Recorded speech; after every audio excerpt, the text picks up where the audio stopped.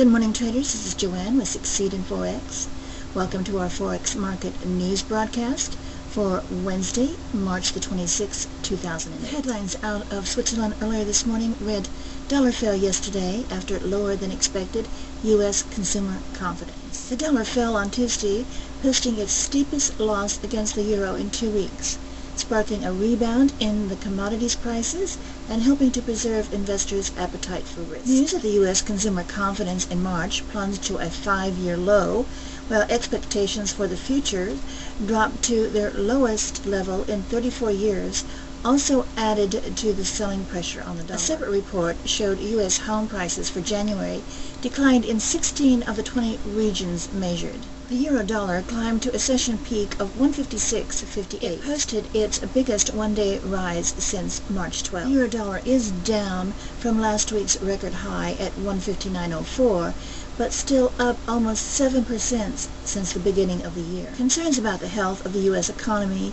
and the global financial sector, which were heightened by the downbeat consumer confidence and housing reports, pushed the dollar weaker versus the low-yielding Japanese yen and Swiss franc. As we've mentioned several times before, low-yielding currencies such as the yen and the Swiss franc tend to attract flows during the periods of uncertainty, as the low interest rates reflect the capital surplus of their respective countries. The dollar-yen slid to an intraday low of 99.63 and erased earlier gains above 101. The pound-dollar was up at 2.0023, and the dollar Swissy fell to 1.0039. The weak dollar saw gold and oil prices rebound from last week's declines, supporting U.S. equities and lifting commodity-based currencies such as the Australian and New Zealand dollars. The dollar was slightly weaker in the Asian session as risk appetite remained stable. Asian equity markets were mixed, with the European stock market futures following the trend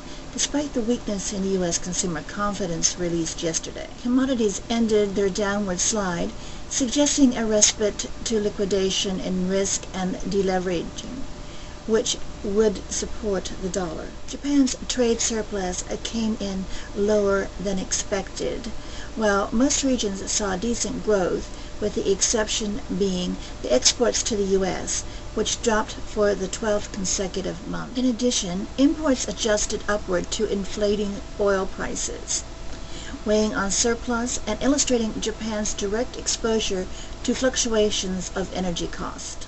We normally don't discuss many cross pairs, but yesterday Iceland had an unscheduled 125 basis point hike, and the market is taking quite a notice of this. The decision was in response to the rapid decline in the krona and the uncomfortably high inflation. Although the central bank's hike provided some market confidence, it is unlikely to significantly cushion the ISK. In Europe, the IFO will more than likely be criticized. The past 2 IFO indexes have surprised the market on the upside, reassuring traders that the German economy is defying the global trend. However, this month, the markets are expecting a slight moderation. Global demands have deteriorated more rapidly in recent months, which have also deteriorated current conditions. In the U.S., durable goods are expecting to pick up with the assistance of Boeing and new aircraft orders. New home sales had been expected to be unchanged, but they did come in above expectations.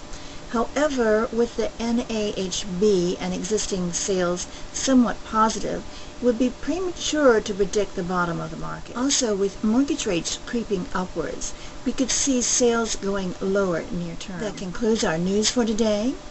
We hope it's been beneficial in your trading. Before we sign off, we would like to invite you to visit our website at www.succeedinforex.com. There you will find information about our Traders Training Center, where our motto is Traders Helping Traders Succeed in Forex. You'll also find another link that goes to our Yahoo Forex forum. Thank you for viewing, and we hope you'll be able to join us tomorrow for our next broadcast. Have a great trading day, and happy pipping.